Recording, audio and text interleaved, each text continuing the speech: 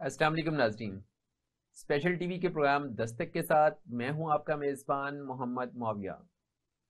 नाज़रीन, मुल्क में जारी जमहूरी तमाशे पर हमारी नौजवान नस्ल क्या सोचती है और क्या कहती है?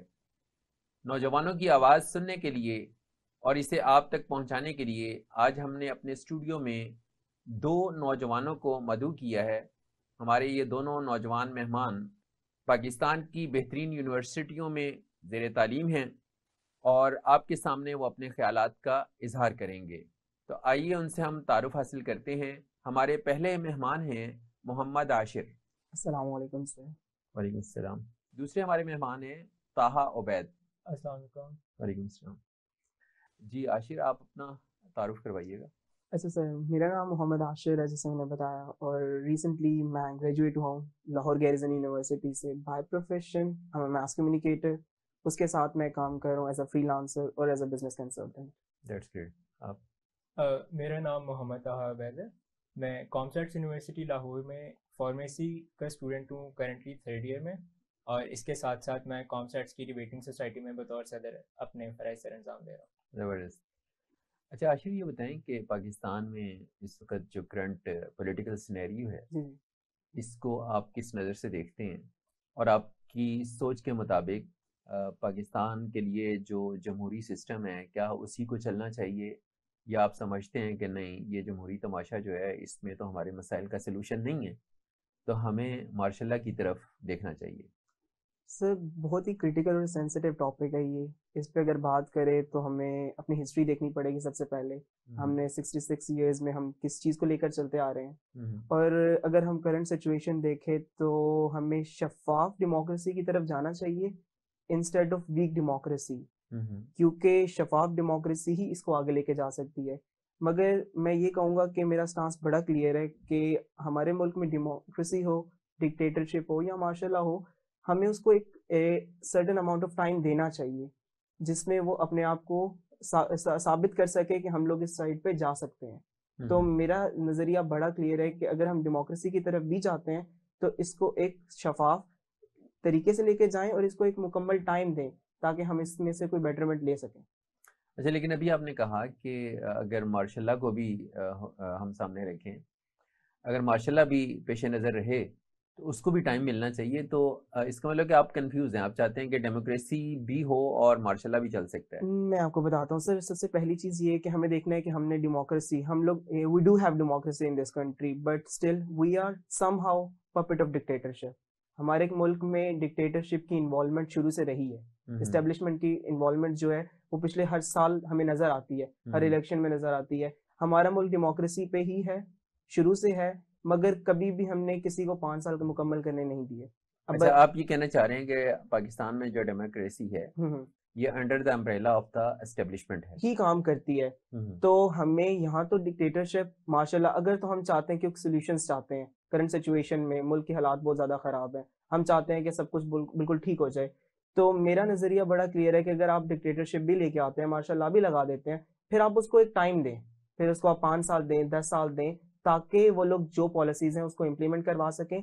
एक टाइम रिक्वायर है हर चीज़ के लिए। अगर आप हम्म। डेमोक्रेसी भी लेके आते हैं ना, तो आपको डेमोक्रेसी को 10 से 15 साल देने चाहिए, क्योंकि हम्म। 10 साल इनफ नहीं होते या 5 साल इनफ नहीं होते आपकी पॉलिसीज इंप्लीमेंट करवाने में, अपने रूल्स एंड रेगुलेशन को लेके आने में। तो इन सारी चीज़ों को साथ लेके जाने के लिए आपको किसी भी चीज़ को मुकम्मल टाइम देना पड़ेगा। अच्छा तहा, आशिर का ये कहना है कि पाकिस्तान में जो भी आप सिस्टम लाना चाहते हैं उसको आप टाइम दें। आप इस हवाले से क्या कहना चाहेंगे कि क्या मार्शल लॉ को भी पाकिस्तान में टाइम देना चाहिए, और क्या पाकिस्तान की जो हिस्ट्री है उसके अंदर क्या मार्शल लॉ को प्रॉपर टाइम दिया नहीं गया? देखें, आशिर ने बहुत खूबसूरत दो बातें की हैं। पहली बात ये कि आप जिस भी सिस्टम को इम्प्लीमेंट करवाना चाह रहे हैं, जो भी सिस्टम लेके आना चाह रहे हैं, उसको टाइम दें। हम्म। मैं इस बात से मुकम्मल तौर पर मुत्तफिक हूँ। लेकिन दूसरी जो आशिर ने बात की है वो ये है कि अगर आप मार्शल लॉ भी लेके आना चाह रहे हैं तो मार्शल लॉ को भी टाइम दें। तो अगर हम तारीख वैसे की, ही बताएं, मार्शल लॉ आपसे टाइम मांगता है? मार्शल लॉ एक ऐसा हमारे पास गड़ा है जिसकी कोई बेस नहीं है हम्म। बुनियादी तौर पर। अगर हम तारीख से मिसालें उठा के देखते हैं तो हमें ये देखने को मिलता है कि पाकिस्तान एक इस तरह के पॉलिटिकल टर्मोइल से भी गुजरा है कि एक डिक्टेटर आता है और वो तब तक अपनी डिक्टेटरशिप में रहता है जब तक या तो उसकी जिंदगी रहती है या उसका दिल करता है। हम ज़ियाउल हक साहब की मिसाल उठा के देखते हैं, बहुत मशहूर मार्शल है। ज़ियाउल हक साहब खुलेआम ये बात किया करते थे कि मैं तब इलेक्शन करवा दूंगा जिस दिन मुझे यकीन होगा कि इलेक्शन में मैं ही जीत जाऊंगा, बुनियादी तौर पर। दूसरी बात हम ये देखते हैं कि दुनिया में कौन कौन से ममालिक हैं जो किस पॉलिटिकल सिस्टम से तरक्की करके आज उस मुकाम पे पहुंचे हैं जहाँ पे हम उनको देखते हैं। अगर हम सिर्फ अरब ममालिक की एक एक्सेप्शन ले लें जिनके पास तेल के कुएं हैं और अल्लाह ने उनको नेमतों से नवाजा हुआ है, उसके अलावा जिस भी मुल्क ने आज तक तरक्की की है वो डेमोक्रेसी की बुनियाद पे तरक्की करके आज उस मुकाम पे पहुंचा है जहाँ पे हम उनको देखते हैं। तो मेरा नजरिया बिल्कुल ठीक है। मैं आशिर की एक बात से तो मुत्तफिक हूँ कि आप जो भी पॉलिटिकल सिस्टम लेके आना चाह रहे हैं उसको टाइम दें, लेकिन मेरा इनसे कॉन्ट्रडिक्शन सिर्फ और सिर्फ ये है कि आप सिर्फ डेमोक्रेसी को टाइम दें। मैं इसकी मिसालें भी प्रोवाइड कर सकता हूँ। मैं आपको ये भी बता सकता हूँ कि किस तरह से टाइम देने से आपकी डेमोक्रेसी आज नहीं तो कल नहीं तो परसों सस्टेन भी कर जाएगी, डेवलप भी हो जाएगी और पाकिस्तान तरक्की की राह पर इंशाल्लाह गामजन भी हो जाएगा। लेकिन मार्शल लॉ कभी भी किसी भी सूरत में हल नहीं है। हमें एक चीज देखनी चाहिए ना कि आप देखें ताहा, आप देखो कि हम लोग अगर अपनी हिस्ट्री देखते हैं, सबसे पहली चीज ये है कि हम लोगों को देखना है कि डेमोक्रेसी में हमारे मुल्क ने ज्यादा तरक्की की है या डिक्टेटरशिप में। अगर हम देखें, हम लोग मुशर्रफ का दौर देखते हैं, आप देखें कि डेवलपमेंट सबसे ज्यादा किस दौर में हुई, हमारी वेलफेयर के लिए काम सबसे ज्यादा किस दौर में हुआ, मुशर्रफ के दौर में हुआ। I am not in the favour of dictatorship, I am not in the favour of democracy इधर, I am in the favour कि आप मुकम्मल टाइम दें जिस भी चीज को दें। क्योंकि अगर आप एग्जांपल्स लेते हैं, आप बांग्लादेश की एग्जांपल ले लें, 1971 के बाद उन्होंने कैसे प्रोग्रेस किया। आप इंडिया की एग्जांपल ले लें, डेमोक्रेसी थी उनके मुल्क में, वो लोग नेशनलिज्म से भी लड़ रहे थे उस टाइम पे, मगर फिर भी उन्होंने तरक्की की क्योंकि वो एक चीज को मुकम्मल टाइम दे रहे थे। हालांकि वो हमसे बहुत बड़ा मुल्क है रकबे के लिहाज से, मगर देखा जाए तो उनकी तरक्की की जो रफ्तार थी वो हमसे बहुत ज्यादा है। द ओनली रीजन वॉज कि उन्होंने मुकम्मल टाइम दिया। हम लोग डिक्टेटरशिप को लेके आते हैं अगर, तो हम उनको टाइम दें तो हम लोगों को रिजल्ट्स मिलेंगे। आई am not standing in the favour of this topic, मगर बात वही है कि मुकम्मल टाइम देना चाहिए, बेशक वो डेमोक्रेसी हो। मैं वीक डेमोक्रेसी के हक में कभी भी नहीं हूँ। मैं चाहता हूँ कि एक शफाफ डेमोक्रेसी हो, उसको आप 10 साल दो। एक मशहूर साइंटिस्ट थे, उन्होंने कहा था कि अगर आप मुल्क में तरक्की लाना चाहते हैं तो आप एक ही गवर्नमेंट को तकरीबन 15 से 20 साल दें ताकि वो अपनी पॉलिसीज को इम्प्लीमेंट कर सके। तो मैं ये चाहता हूँ कि हम लोगों को इतनी अवेयरनेस फैलानी चाहिए कि एटलीस्ट आपकी जो ऑपोजिशन है वो ऑपोजिशन में बैठ के गवर्नमेंट की बात सुने, तकरीबन तब तक जब तक वो लोग अपनी पॉलिसीज इम्प्लीमेंट नहीं कर लेते। अच्छा, ये बताएं कि मुल्क में मार्शल लॉ लगता क्यों है? ये बड़ा अच्छा सवाल किया आपने। अगर आप करंट सिचुएशन देखें हमारे मुल्क की, तो इसी सिचुएशन में मार्शल लॉज लगते हैं जब सिचुएशन कंट्रोल में नहीं रहती, जब हम लोगों को सिक्योरिटी थ्रेट्स होते हैं, जब हमारा एतबार उठ जाता है डेमोक्रेसी से, जब जो गवर्नमेंट जो पोजीशन में होती है उससे वो काम नहीं हो पा रहा होता, तो तभी मार्शल लॉ लगता है। आपका ख्याल है कि इसका जो हालात मुल्क में चल रहे हैं, इसका जो पॉलिटिकल सिनेरियो डेवलप हो चुका है, उसमें आप समझते हैं कि ये मार्शल लॉ लगने की तरफ जा रहा है? नहीं, इस टाइम हम सिर्फ ये समझते हैं कि मुल्क की हालात ऐसे हैं कि हम इलेक्शन की तरफ जाना चाहिए हमें, जो सबसे ज़रूरी है, क्योंकि सिचुएशन तभी नॉर्मल होगी, पॉलिटिकल पार्टीज तभी सुकून में आएंगी, क्योंकि टू बी वेरी ऑनेस्ट उनको हमारे मुफाद से तो कुछ नहीं है ना, हम उनको तो अपने मुफाद से है कि उनके लिए क्या चीज़ बेहतर है। अच्छा, अगर पॉलिटिकल पार्टीज को हमारे मफाद से कुछ नहीं है तो फिर आप क्यों इलेक्शन की फेवर में, क्यों आप क्यों चाहते हैं कि इलेक्शंस हो जाए? क्योंकि इसका फायदा तो पॉलिटिकल पार्टीज को होगा ना। क्योंकि democracy is not in our control. वो एक ऐसी चीज है जो हमारे कंट्रोल में नहीं है, वो तो कंट्रोल में है डिक्टेटर्स के जो आर्मी को चला रहे हैं, जनरलों के कंट्रोल में है। तो ये चीज वही कर सकते हैं जब उनका दिल करेगा। तो this is something which is not in our control. अच्छा, अगर सभी कुछ उनके कंट्रोल में है तो फिर हम डेमोक्रेसी चाहते क्यों हैं? हम डेमोक्रेसी इसलिए चाहते हैं क्योंकि बुनियाद जो थी इस मुल्क की वो डेमोक्रेसी पे बनी थी। वो एक वेलफेयर स्टेट बनाने, सिक्योरिटी स्टेट नहीं बनाया गया था। लेकिन आशिर, आपने खुद ही कहा ना कि डेमोक्रेसी तो हमारे कंट्रोल में नहीं है। जब हमारे कंट्रोल में नहीं है, इसका मतलब है कि हम अहल ही नहीं है डेमोक्रेसी के, तो फिर हम क्यों उसका तकाजा करते हैं? We do have that thing in our control तब जब हम उसको चलने दें तो, ठीक है। वीक के हक में नहीं हूँ, शफाफ के हक में हूँ कि शफाफ डेमोक्रेसी हो। शफाफ डेमोक्रेसी मतलब कि अगर एक ऑपोजिशन को ऑपोजिशन में बैठने का टाइम दिया गया तो वो 5 साल तकरीबन बैठे वहां पर, instead of just raising their slogans कि बस ये गलत है, ये गलत है, ठीक है, रोटी कपड़ा मकान ठीक था, ये बल्ले वाले गलत है, तो इस तरह नहीं चलता ना, आपको एक मुकम्मल टाइम देना चाहिए उनको, तभी जाके आगे प्रोग्रेस। मैं हमेशा चाहता हूँ कि एक शफाफ डेमोक्रेसी आए, बेशक वो 5 साल के लिए आए, तकरीबन उनको पूरा टेन्योर करने दिया जाए। अच्छा ताहा, ये बताएं कि शफाफ डेमोक्रेसी जो है वो कैसी होगी? इसका बहुत आसान सा जवाब है। सर विंस्टन चर्चिल का एक बहुत मशहूर कोट है कि democracy is by the people, to the people, for the people. सिर्फ इसका जवाब ये है कि आशिर ने अभी बात करते हुए खुद ही इसका जवाब दे दिया कि आपको कोई भी सिस्टम को सक्सेसफुल करवाने के लिए, किसी भी किस्म के पॉलिटिकल सिस्टम को कामयाब करवाने के लिए 15 से 20 साल देने पड़ते हैं। लेकिन हम पाकिस्तान की तारीख में क्या देखते हैं कि 15 या 20 साल पूरे होने से पहले अगला मार्शल लॉ लग जाता है, फिर 15 या 20 साल पूरे होने से पहले अगला मार्शल लॉ लग जाता है। तो कोई भी किस्म का पॉलिटिकल सिस्टम सस्टेन नहीं कर पा रहा। मार्शल लॉ खुद से ही लग जाता है? नहीं, मार्शल लॉ 3 बेसिक सतुहात हैं। बुनियादी तौर पर वो सतुहात जो आप कह सकते हैं कि थ्योरेटिकली मार्शल लॉ की इजाजत देती हैं। पहली सतह पे अगर आपकी अदलिया नाकाम हो जाए, जिसको जुडिशरी कहा जाता है, स्टेट का एक बहुत इंपॉर्टेंट पिलर है, रियासत का एक बहुत बुनियादी सतून है। दूसरी सतह के ऊपर अगर आपका मुकन्नना फेल हो जाए, और तीसरी सतह के ऊपर अगर आपके रियासती इदारे फेल हो जाए। लेकिन ये सब कुछ थ्योरेटिकल बात है।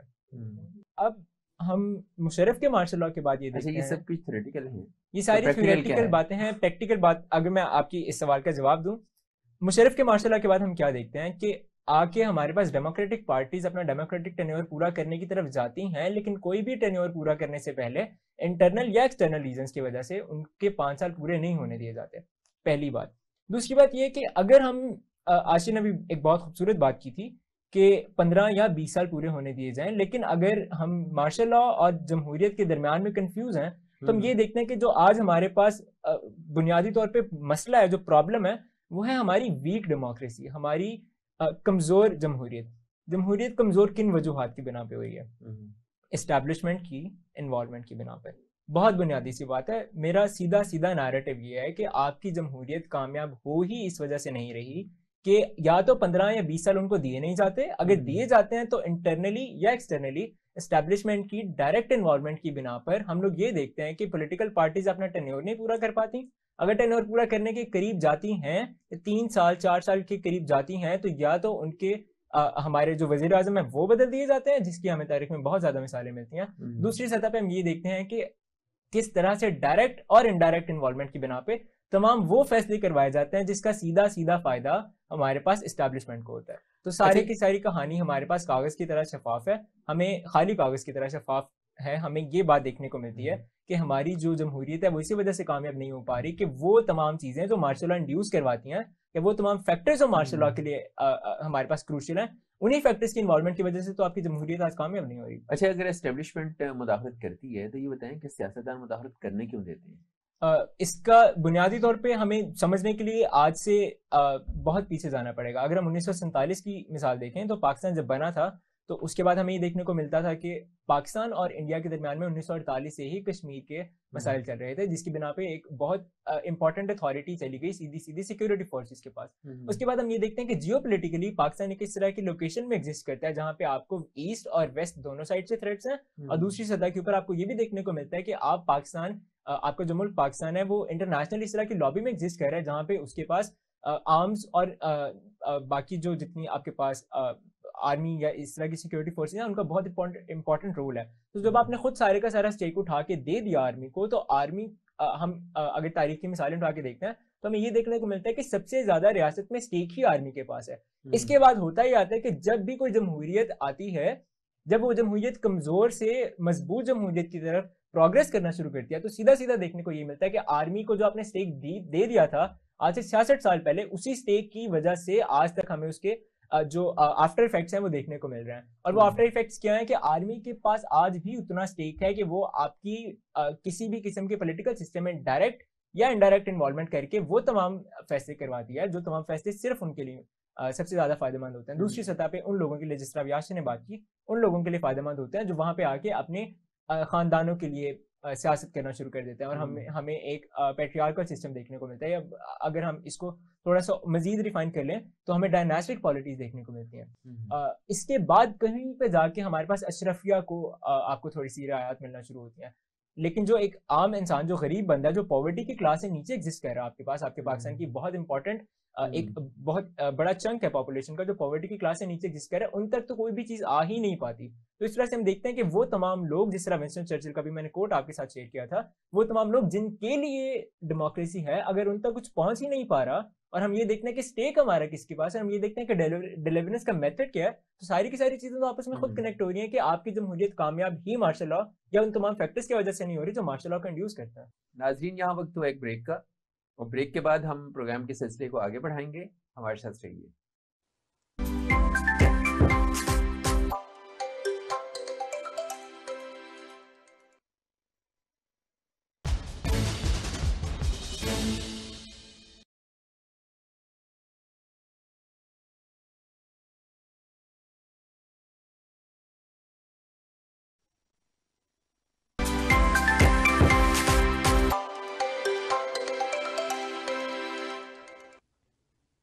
Welcome back. अच्छा आशिक, जैसे अभी इन्होंने कहा कि पाकिस्तान में जो एस्टेब्लिशमेंट है वो चलने नहीं देती सिस्टम को, तो आप ये बताएं कसूरवार एस्टेब्लिशमेंट है या सियासतदान है? सर, हम डायरेक्टली कसूरवार किसी को नहीं ठहरा सकते। वजह ये है कि अगर हम 1965 देखें, 1971 देखें, 1998-99 देखें, तो तब हम लोग ना चाहते हुए भी हमें आर्मी की ज़रूरत थी।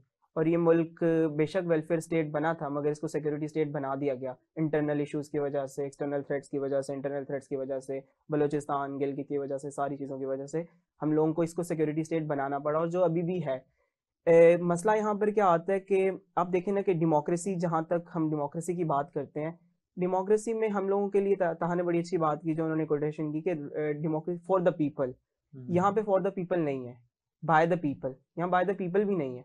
यहाँ पे क्या होता है कि आपकी एक पॉजिटिव साइकोलॉजी है जिसमें आपकी थॉट प्रोसेस को ना यूज किया जाता है। यहाँ पे लोगों का थॉट प्रोसेस खत्म कर दिया गया है। छोटी सी क्लिप दिखाते हैं, आप अभी देखें करंट सिचुएशन में, आप जमान पार्क में जाके देख लें, तो उनके ब्रेन वॉश कर दिए गए हैं। आई एम नॉट अगेंस्ट दिस के उनको वोकल नहीं होना चाहिए, ठीक है, आपको अपने हक के लिए बोलना चाहिए, मगर आपको अपने हक के लिए तब बोलना चाहिए जब आपको पता हो कि आप जिस चीज के लिए बोल रहे हो वो किस हद तक फायदेमंद है।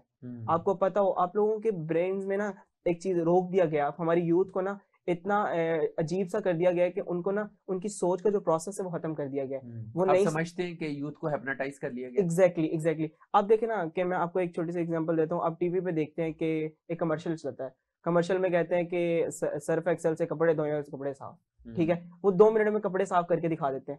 इसी तरह ये छोटी छोटी चीजें, चंक्स हमारे दिमाग में डाल दिए गए हैं कि जो इमरान खान है वही तब्दीली लेके आएगा, नवाज शरीफ है वही तब्दीली लेके आएगा, या फिर जरदारी है वही कपड़ा मकान देगा। तो इनके जो फॉलोअर्स हैं, इनके जो जाले हैं, इनको सिर्फ इस चीज तक रिस्ट्रिक्ट कर दिया गया। यानी पाकिस्तान में जितनी पॉलिटिक्स है वो पर्सनैलिटी ओरिएंटेड है, एग्जैक्टली, शख्सियात के गिर्द घूमती है। बिल्कुल। ये लोग अपनी फायदा नहीं सोचते, इनको नहीं पता कि इनके लिए क्या काम होगा। और जब मैं पहले इस चीज के लिए बात कर रहा था कि जब मैं डिक्टेटरशिप के हक में बात कर रहा था कि the reason why I was supporting dictatorship because in dictatorship हमने देखा है इन पास्ट कि हमारी बेहतरी हुई है। क्योंकि हम मुशर्रफ का दौर देखते हैं, उससे पहले ज़िया का दौर देखते हैं, या का दौर देखते हैं, उसमें हमने कहीं ना कहीं देखा है कि हमें। अयूब खान को आप रियायत दे रहे हैं? मैं उनको रियायत नहीं दे रहा, मैं सिर्फ कहूंगा कि चलो उनका दौर भी देख लें आप। तो मैं कहूंगा कि उनको थोड़ा टाइम कम मिला था ना। आप देखो कि जिनको टाइम मिला है ना, उस दौर में काम हुआ है, काम इस तरह के हमारे सारे सेक्टर्स में काम हुआ है। आपको एक रूम दे दिया गया था जहां पे कंट्रोल में थी सिचुएशन, आपके ओपोजिशन में इतनी पावर नहीं थी कि वो कुछ कर सके ना उस टाइम पे। आई am not in the favour, I am again saying I am not in the favour of dictatorship, मगर आई एम स्टेटिंग दैट कि डिक्टेटरशिप के दौर में जो काम हुआ है, इस तरह की सिचुएशन में I will be standing with dictatorship, because in that situation अब अगर हमें कोई रिकवरी चाहिए, अगर हमें कोई प्रोग्रेस चाहिए, अगर हम चीज़ों को काम डाउन करना चाहते हैं, सब चीज़ों को नॉर्मल स्टांस पे लेके आना चाहते हैं, तो हम समहाउ हम इस साइड पे फॉल कर सकते हैं। ताहा, जैसे कि आशिर ने भी कहा कि पाकिस्तान में लॉन्ग टाइम जो मार्शल लॉ है या एस्टेब्लिशमेंट का जो लॉन्ग टाइम स्टे है, उसके दौरान तरक्की जो है वो बहुत ज़्यादा हुई है और काम बहुत ज़्यादा होते हैं। तो उनका ख्याल है कि जो अथॉरिटी ऑफ डिसीजंस है वो चूंकि मार्शल लॉ में है कि एक फ़र्द के हुक्म पे सारा निज़ाम चलता है, तो उसमें चीज़ें आसान हो जाती हैं। आप क्या समझते हैं? सबसे बड़ा मसला मार्शल लॉ का है ही ये कि एक फ़र्द के हुक्म पे तमाम फैसले होते हैं। अगर हम डिक्टेटरशिप और डेमोक्रेसी का मैं आपके सामने तज्जिया थोड़ा सा पेश करना चाहूँ, तो सबसे पहले जो डिलीवरेंस ऑफ एसेट्स है, डिलीवरेंस ऑफ रिसोर्सेज है, हमारे पास एक डिक्टेटरशिप में हायर एंड से लोअर एंड पे होती है, फैसले हायर एंड से लोअर एंड की तरफ किए जाते हैं। जिस इंसान के पास सबसे ज्यादा अथॉरिटी है वहां से फैसले होना शुरू होते हैं, और रिसोर्सेज वहां तक जाते जाते बहुत कम रह जाते हैं जिन इंसानों के लिए वाकई ही काम किया जाना चाहिए। दूसरी तरफ हम डेमोक्रेसी में क्या देखते हैं, एक आइडियल सिनेरियो में डेमोक्रेसी में इसका बिल्कुल उल्ट हिसाब है। सबसे ग्रास रूट लेवल पे एक आम इंसान से सारे फैसले होना शुरू होते हैं, और फिर वो उस इंसान तक जाते हैं जिसको आम इंसान ने चुन के अपने लिए अपना रिप्रेजेंटेटिव बना के असेंबली में भेजा है। पहली बात, लेकिन उसके सम्राट क्या आम आदमी तक पहुंच जाते हैं? डेमोक्रेसी के हम आइडियल सिनेरियो में डेमोक्रेसी के प्रोसेस में शरीक करना चाह रहे हैं, जिसकी बुनियाद पे डेमोक्रेसी है, उस जमहूरी निज़ाम के अंदर क्या उस आम फर्द को जिसकी बुनियाद पे जमहूरियत को खड़ा किया गया, क्या उस तक उसके सम्राट पहुंचते हैं? जमहूरियत में पहुंचते हैं, पाकिस्तान की जमहूरियत में नहीं पहुंचते। तो हाँ, बड़ी अच्छी बात कर रहे थे आइडियल सिचुएशन में। हम जाहिर है कि हम पाकिस्तान ही के सिनेरियो की बात कर रहे हैं ना। मैं उसी तरफ आ रहा हूँ। आशिन ने भी बहुत खूबसूरत बात की थी थोड़ा सा पहले कि किस तरह से 15 से 20 साल दे देने चाहिए, और अगर आशिन ने भी मिसाल भी दी है कि किस तरह जनरल ज़ियाउल हक के या जनरल परवेज मुशर्रफ के दौर में हमारे पास बहुत ज़्यादा तरक्की होती है। मैंने अभी आपके सामने एक छोटा सा नुक्ता रखा था कि मार्शल लॉ एक इस तरह का गढ़ा है जिसका कोई पैंदा नहीं है। आप जनरल ज़ियाउल हक का दौर देखते हैं, चलता है जब तक जनरल ज़ियाउल हक साहब हयात रहते हैं। जनरल ज़ियाउल हक साहब ने बहुत ज़्यादा कोशिश की और बहुत हद तक कामयाब भी रहे कि पाकिस्तान को एक इस्लामी रियासत के कॉन्सेप्ट की तरफ लेके जाया जाए।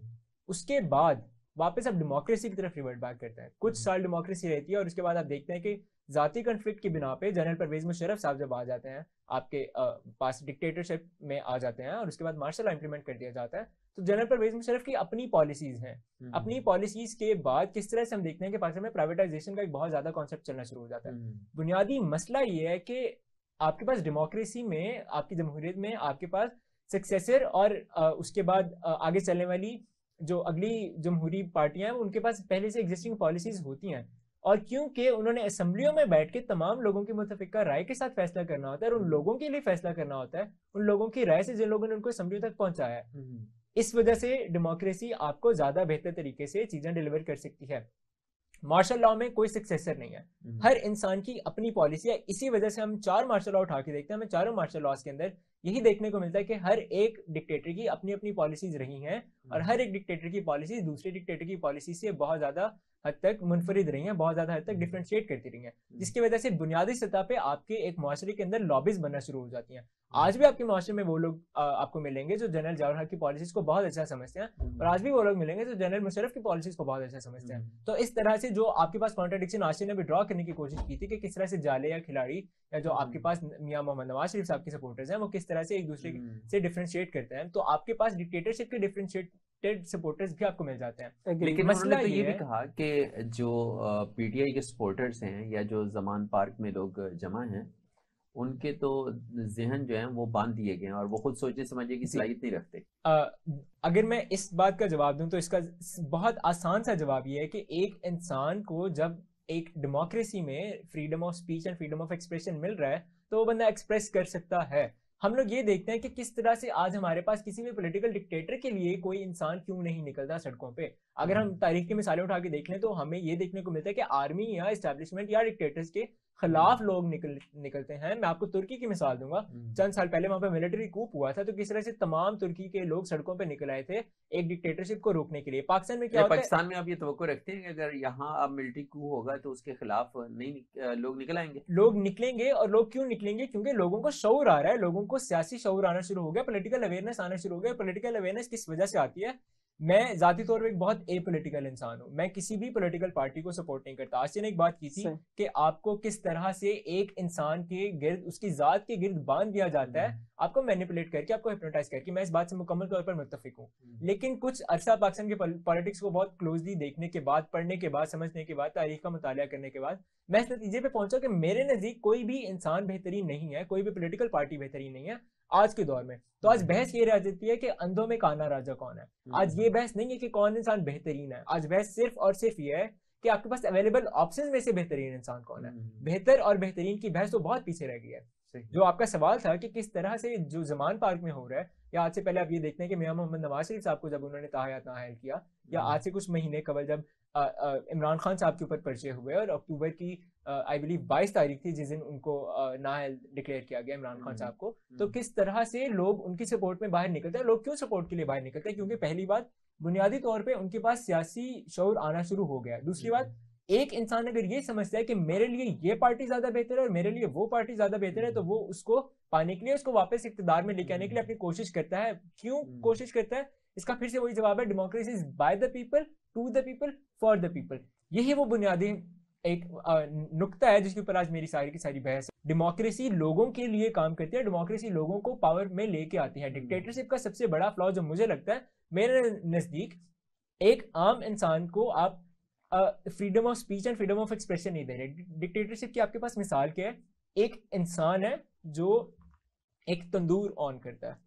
डिक्टेटरशिप का ये मतलब है कि कोई इंसान आके उस तंदूर पे कब्जा कर लेगा, आपको रोज की 2 रोटियां दे देगा और उसके बाद जो कुछ होगा उसका हिसाब किताब सिर्फ उस इंसान के साथ है। और एक इंसान सारे के सारे तंदूर के पास अपनी अथॉरिटी ओन कर रहा है। अगर इसके बरक्स अगर आप डेमोक्रेसी में देखते हैं तो डेमोक्रेसी इज वंस अगेन लोगों के लिए काम करती है। अच्छा आशिर, आप क्या समझते हैं कि तंदूर का जो कब्जा है वो जनरल पब्लिक के पास होना चाहिए या एक फर्द के पास होना चाहिए? सर, मैं शुरू में कहा था कि मैं शफाफ डेमोक्रेसी के हक में ज़्यादा हूँ as compare to martial law या as compare to other situations, क्योंकि फ्रीडम ऑफ स्पीच जो है वो सबसे ज़्यादा ज़रूरी है। अगर हम फ्रीडम ऑफ स्पीच और फ्रीडम ऑफ एक्सप्रेशन देंगे लोगों को, तब भी आप बेहतरी कर सकते हैं, तभी आप ओपिनियंस पे काम कर सकते हैं, तभी आप नए लोगों को ऊपर लेके आ सकते हैं। आपने हमें बुलाया, हम इस मुल्क की यूथ हैं, तो अगर फ्रीडम ऑफ स्पीच नहीं होगा तो हमें बोलने नहीं दिया जाएगा। आप देख सकते हैं, अगर आप लोगों का ये जो शो है ये टेलीकास्ट नहीं किया जाएगा डिक्टेटरशिप में, उनके अगेंस्ट बोला जाएगा। तो freedom of speech, freedom of expression बहुत ज्यादा जरूरी है। अगर हम बात करते हैं क्या फ्रीडम ऑफ एक्सप्रेशन ही मसाइल का हल है? सिर्फ डिलीवरेंस या गवर्नेंस कोई चीज नहीं है? सर, बात वहीं पे आ जाती है कि everything revolve around deliverance and how people think, how people react in that certain situation. उस सिचुएशन के अंदर लोग जो चीज डिलीवर हो रही होती है उसको रिएक्ट कैसे करते हैं, इस चीज पे फ्रीडम ऑफ एक्सप्रेशन रिवॉल्व करता है। तो अगर हम देखें कि ताहा ने थोड़ी देर पहले बात की थी, टर्की की एग्जांपल दी थी ना, तो वो एक बेहतरीन एग्जांपल थी कि कैसे लोग बाहर निकले थे। मैं बिल्कुल या ताहा भी इसके अगेंस्ट नहीं होगा कि लोग जो जमान पार्क में खड़े हैं वो क्यों खड़े हैं। लोग मर रहे हैं वहां पे, लोग शेलिंग बर्दाश्त कर रहे हैं, लोग जो वहां पे जो कुछ भी हो रहा है, लोग वहां पे क्यों सस्टेन कर रहे हैं? द रीजन इज कि they want change, because they want to get rid of this situation जो इस मुल्क में हो रहा है। आप देखें ना कि मैं आपको छोटी सी एग्जांपल देता हूँ कि आपने हमारे यहाँ पे टिम हॉर्टन्स खोला, आप जाते हैं टिम हॉर्टन्स में, अमीर अमीर लोग जा रहे हैं, ठीक है, हर बंदा जा रहा है जो अफोर्ड कर सकता है। आपने अंदर जाने वाले से तो पूछा कि चीजें कितनी महंगी है? आप एक कॉफी लेते हैं, साथ आप कुछ खाने के लिए लेते हैं, तो आपका अच्छा सा बिल बन जाता है 2000-3000। कभी आप जाके उसी टिम हॉर्टन्स के बाहर एक सिक्योरिटी गार्ड बैठा हुआ है, आप उसको देखें कि उसकी जो तनख्वाह है वो 17,000 से 20,000 के दरमियान में है। आप मुझे बताएं कि आप उतना डिलीवर कर रहे हैं इस मुल्क को कि एक गरीब बंदा जो है, जो लोअर क्लास में है, वो जिंदगी गुजार लेगा? जहां पे आटा इतना महंगा हो गया है, घी, मुझे तो रेट भी नहीं पता इतने, मगर मैं यही बात करूंगा कि उन लोगों के लिए कितना मुश्किल है ये चीजें मैनेज करना, ये चीजें बर्दाश्त करना। आप नहीं, अगर इस मुल्क में डेमोक्रेसी है ना, डेमोक्रेसी फॉर द पीपल था, तो फॉर द पीपल नहीं है ना, फॉर द पीपल। मैं शुरू से लेके पहली बात से ये असल बात है जिसकी तरफ मैं आपको लेके आना चाह रहा हूँ कि डेमोक्रेसी को जब भी इस मुल्क में मौका मिला है, क्या आम आदमी का जो तर्ज जिंदगी है वो बदल पाया है? उसको कुछ मिला है? बात फिर वहीं पे फॉल करेगी कि at least we have to give them chance. हम किन लोगों को चांस देते आ रहे हैं? सर, आप देखें ना कि आप जागीरदारों को चांस देते आ रहे हैं। अगर आपके जो अंडे हैं वो किलो में होंगे, बिलावल भुट्टो, क्या आपके अंडे किलो में होते हैं और आपका आटा मेरे ख्याल से दर्जन में होता होगा, तो आपको तो नहीं समझ आएगी कि गरीब के क्या मसाइल हैं, आपको नहीं पता चलेगा, क्योंकि आपको तो पता ही नहीं कि वो चीज किस तरह से है। If you are in that situation, sir मैं आपकी एग्जांपल देता हूँ, आपके घर में खाने को नहीं है तो आपको पता चलेगा खाने की अहमियत का।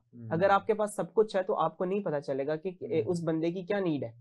तो आप बताएं कि आपने उम्र गुजारी, आप मेरे से ज्यादा एक्सपीरियंस्ड हैं, आप मुझे बताएं कि आप एमएनए का इलेक्शन लड़ सकते हैं? आप एमपीए का इलेक्शन लड़ सकते हैं? कभी भी नहीं। एक आम आदमी एमपीए के लिए खड़ा हो सकता है? एक आम आदमी अपने हल्के में काम करने के लिए खड़ा हो सकता है? नहीं खड़ा हो सकता। वी डू हैव डेमोक्रेसी, ठीक है, हमारी बुनियाद उस पे थी ना, मगर आप नहीं लड़ सकते। आपने सिस्टम एक ऐसा बना दिया हुआ है जहाँ पे वही लोग आएंगे। The only reason people support Imran Khan is के उसने थोड़ा सा चेंज लाने की कोशिश की। मैं इस चीज के हक में भी हूँ और अगेंस्ट इस चीज के हूँ कि फिर से वही लोग उसके रिवॉल्व कर रहे हैं। ठीक है, सियालकोट में देखो तो उस्मान डार है, उसके बाद बाकी जगहों पे देखो शाह महमूद कुरैशी है, वही लोग हैं, शेख रशीद है, वही लोग उसकी कैबिनेट में हैं अभी भी। मगर उसने यूथ को, उसने क्या किया, उन्होंने बेशक माइंड गेम्स खेली, जो भी किया उन्होंने यूथ को साथ लेके आए, यूथ की सपोर्ट उसके साथ है और उनको पता है कि शायद the only hope they have is के वो हमें चांस देंगे। नाजरीन, यहाँ वक्त हुआ एक ब्रेक का। ब्रेक के बाद हम अपने गुफ्तगू के सिलसिले को आगे बढ़ाएंगे।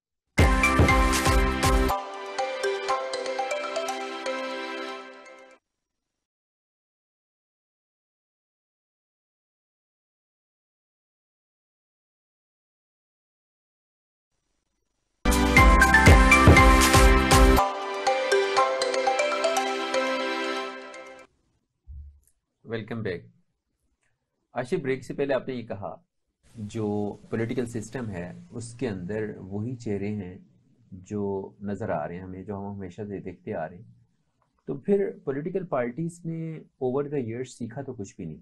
सिस्टम देखें ना कैसे बदलेगा अगर यही लोग बार बार पार्टियां बदल के आते रहेंगे।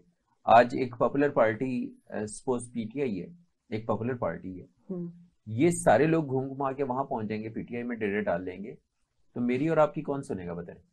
अच्छा, मैं बताता हूँ कि सर अगर आप यूएस के एग्जांपल लेते हैं, वहाँ पे रिपब्लिकन्स हैं, डेमोक्रेट्स हैं, तो उनका एक सिचुएशन चेंज होती रहती है। एक इलेक्शन होते हैं, उससे अगले साल नए लोग आते हैं। आप वो सिचुएशन चाहते हैं अपने मुल्क में भी ना? तो अगर हम अपना सिस्टम देखते हैं कि इमरान खान ने शुरू किया 92 के बाद से ना अपनी पॉलिटिकल जर्नी शुरू की, जाके 2013 से 2018 के इलेक्शन में जाके कामयाब हुआ।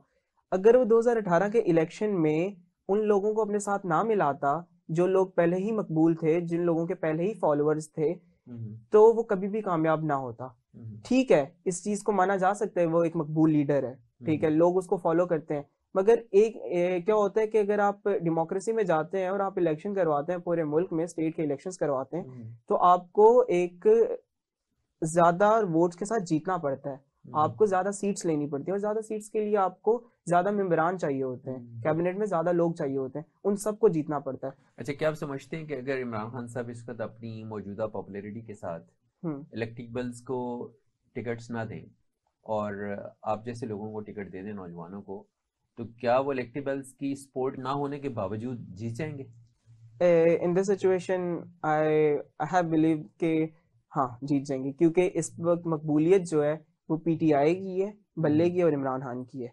तो अगर वो इस सिचुएशन में ये स्टेप लेते हैं कि वो नौजवानों को सीट्स देते हैं, उन नौजवानों को जो डिजर्व करते हैं, तो वो जीत सकते हैं। ये राइट टाइम है, क्योंकि इस टाइम लोगों के पास अवेयरनेस है और इमरान खान एक वाहिद लीडर है जिसको वोट मिलता है, जिसके नाम पे वोट मिलता है। और अगर आप दूसरी पॉलिटिकल पार्टीज देखते हैं, उनके वहां पे वडेरों को वोट मिलता है। Same goes for PTI as well at some extent कुछ जगहों पे। मगर मैं कहूंगा कि आप इस सिचुएशन में इस चीज को लेके आ सकते हैं। अच्छा ताहा, आप क्या कहना चाहेंगे इस पे? सबसे पहले सवाल बुनियादी तौर पे जो आज इस बहस का मौजू होना चाहिए था वो ये होना चाहिए था कि क्या एक कमज़ोर जमहूरियत आपको वो तमाम चीज़ें प्रोवाइड कर सकती है जो आपको चाहिए, या आपको एक डिक्टेटरशिप में वो तमाम चीज़ें मिलती हैं। तो सबसे पहले मैं आपको कुछ चीज़ें गिनवाना चाहता हूँ जो आपको आज एक आम इंसान को चाहिए होती हैं हिरासत में रहते हुए। बुनियादी सतह पे आपको सर्वाइवल चाहिए। सर्वाइवल के बगैर कोई भी रियासत अपनी आवाम के सर्वाइवल के बगैर एग्जिस्ट नहीं कर सकती। दूसरी सतह के ऊपर आपको चाहिए फंडामेंटल राइट्स, तमाम बुनियादी हुकूक। आपको दुनिया के हर आइन में, हर चार्टर में बुनियादी हुकूक का चैप्टर 1 या चैप्टर 2 मिलता है। पाकिस्तान के आइन की आप मिसाल उठा लें, आर्टिकल 8 से आर्टिकल 28 तक आपके बुनियादी हुकूक डिफाइन करते हैं। तीसरी सतह के ऊपर आपको चाहिए होती है लग्जरीज, जो इंसानों की तर्ज जिंदगी को पहले से बेहतर करते हैं, बेहतर से बेहतरीन की तरफ लेके जाते हैं। तो अब हम ये देखने कि हमें कौन से पोलिटिकल सिस्टम में ये चीजें बेहतर मिलती हैं, डिक्टेटरशिप में या एक कमजोर जमहूरियत में। डिक्टेटरशिप में आपका तर्ज जिंदगी बेहतर हो सकता है, आपको सर्वाइवल जो है वो इंश्योर किया जा सकता है, लेकिन क्या आपके तमाम फंडामेंटल राइट्स पूरे हो रहे हैं? क्योंकि दूसरी सतह पे मैंने आपको गिनवाया कि ये जरूरी है एक इंसान के लिए, एक थर्ड वर्ल्ड कंट्री में रहते हुए, पाकिस्तान जैसे मुल्क में रहते हुए, दूसरी सतह के ऊपर आपको फंडामेंटल राइट्स चाहिए। तो इसी वजह से, इसी बिना पे डिक्टेटरशिप तो इक्वेशन से ही बाहर हो जाती है और जिस तरह से मैंने आपको पहले बताया कि किस तरह से डिक्टेटरशिप एक इस तरह का गड़ा है जिसका पैंदा नहीं है। हर आने वाला इंसान अपनी पॉलिसीज को इंप्लीमेंट करता है, किसी किस्म का कोई क्लोज एंड नहीं है। इम्पैक्ट की अगर आप बात करें तो आप कोई एंड रिजल्ट अचीव नहीं कर पा रहे, तब तक डिक्टेटरशिप चलेगी जब तक एक इंसान का दिल करेगा या इंसान जिंदा रहेगा। दूसरी तरफ आपको एक कमजोर जमहूरियत में क्या मिलता है? कमजोर जमहूरियत आपको up to some extent survival provide कर रही है, दूसरी सतह पे आपको फंडामेंटल राइट्स भी प्रोवाइड कर रही है, और तीसरी सतह पे आपका तर्ज जिंदगी भी बेहतर कर रही है उन लोगों के लिए जो लोग अभी इसको अफोर्ड कर सकते हैं। मसला यहाँ पे पैदा होता है कि पाकिस्तान जैसी थर्ड वर्ल्ड कंट्री में क्या कमजोर जमहूरियत होनी चाहिए या एक बेहतर जमहूरियत होनी चाहिए? मैंने आपको भी गिनवा दिया कि किस वजह से डिक्टेटरशिप तो आउट ऑफ इक्वेशन है, और कमजोर जमहूरियत से हमने एक बेहतर या बेहतरीन जमहूरियत की तरफ किस तरह से मूव करना है। इसको समझने के लिए मैं आपको बॉर्डर के उस तरफ लेके जाना चाहता हूँ। अगर हम इंडिया की मिसाल देखें, 3 अदम एतमाद की तहरीकें इंडिया में भी पास होती हैं। इंडिया में 2001 तक मैं अगर आपको बताऊं तो वहां पे भी जमहूरियत काफी कमजोर तरह से एग्जिस्ट कर रही थी, सस्टेन कर रही थी, कामयाबी नहीं आती। आज के दौर में भी महाराष्ट्र या बिहार जैसी अगर आप रियासतें देखें तो वहां पे भी डिक्टेटरशिप, वहां पे भी डेमोक्रेसी के प्रॉब्लम्स एग्जिस्ट करते हैं। वहां पे भी आज इंसान अपने एक जो आपका हुक्मरान है वो अपनी फैमिली को सपोर्ट करता है, तमाम उन लोगों के बजाय जो जिन लोगों के लिए उसको काम करना चाहिए था। और यही तो आपका बुनियादी मसला आज पाकिस्तान में, कमजोर जमहूरियत होने का।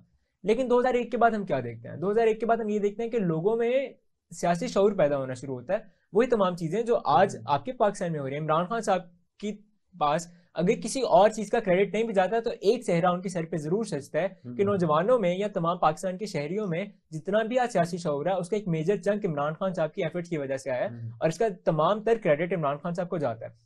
दूसरी सतह के ऊपर हम ये देखते हैं कि इंडिया में क्या होना शुरू होता है, लोगों में पॉलिटिकल अवेयरनेस पैदा होना शुरू होती है, लोग अपने राइट्स के लिए आवाज उठाना शुरू करते हैं, और इसी के बाद लोगों को वो तमाम चीजें मिलना शुरू होती हैं। आपने भी कुछ देर पहले आशीष से एक सवाल किया था कि क्या वो लोगों को जो चीजें मिलनी चाहिए वो उनको फ्रीडम ऑफ स्पीच या फ्रीडम ऑफ एक्सप्रेशन से मिलेंगी, या बैड गवर्नेंस, गुड गवर्नेंस या डिलीवरेंस से मिलेंगी। इंसान को वही चीज दी जाती है या वही चीज के लिए कोशिश की जाती है जिस चीज का इंसान सवाल करता है। लेकिन ताहा देखे ना, मार्शल लॉ लगता ही तब है जब गवर्नर्स प्रॉपरली फंक्शनल नहीं होती, जब ये लोग प्रॉपरली डिलीवर नहीं करते। अगर पब्लिक को ये उनके ड्यू राइट्स दे रहे हों, वो सारी बातें जमहूरियत के हवाले से जो अभी आपने बयान की, ये सारी थ्योरेटिकल एंड किताबी बातें हैं।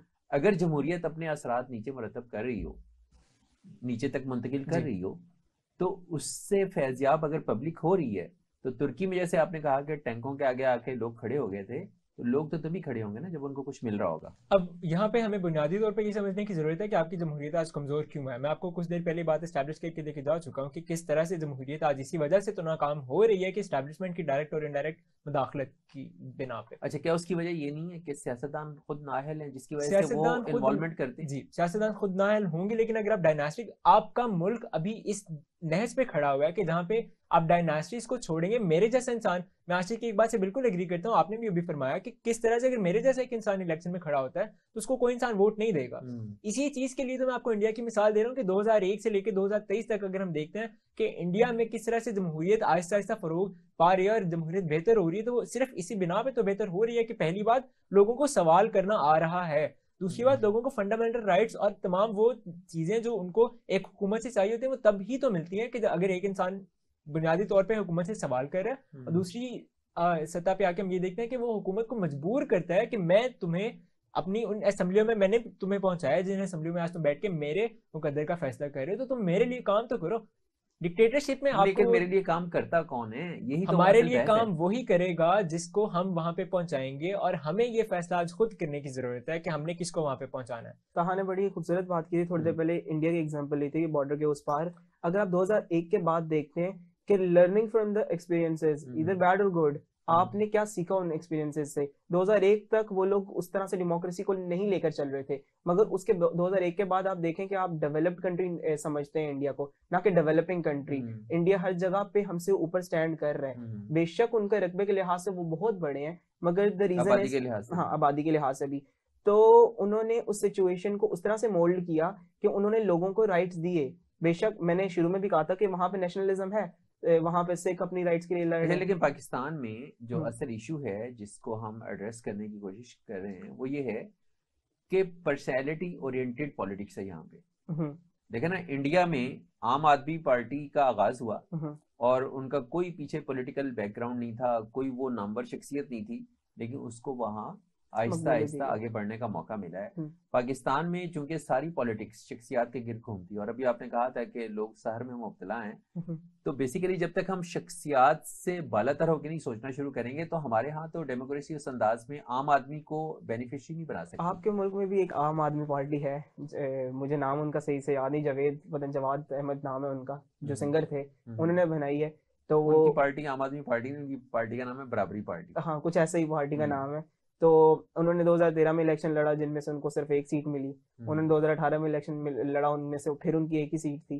तो आप देख सकते हैं कि किस तरह का उनके साथ किया जा रहा है। तो आप इस तरह से आगे एक कंप्लीट जर्नी होती है। अब अगर देखा जाए तो 2007 के इलेक्शन भी लड़े गए थे इमरान खान की तरफ से, उससे पहले भी इमरान खान ने इलेक्शन लड़े थे, 2011 में भी लड़े थे, 2011 या 2008 में, फिर 2013 में, हाँ फिर 2018 में। बिल्कुल। तो इलेक्शन लड़े इमरान खान ने, तो आप देखें कि उसको कामयाबी नहीं मिली उस टाइम पे। एक पूरी कंप्लीट जर्नी थी जिसके बाद तब्दीली आई।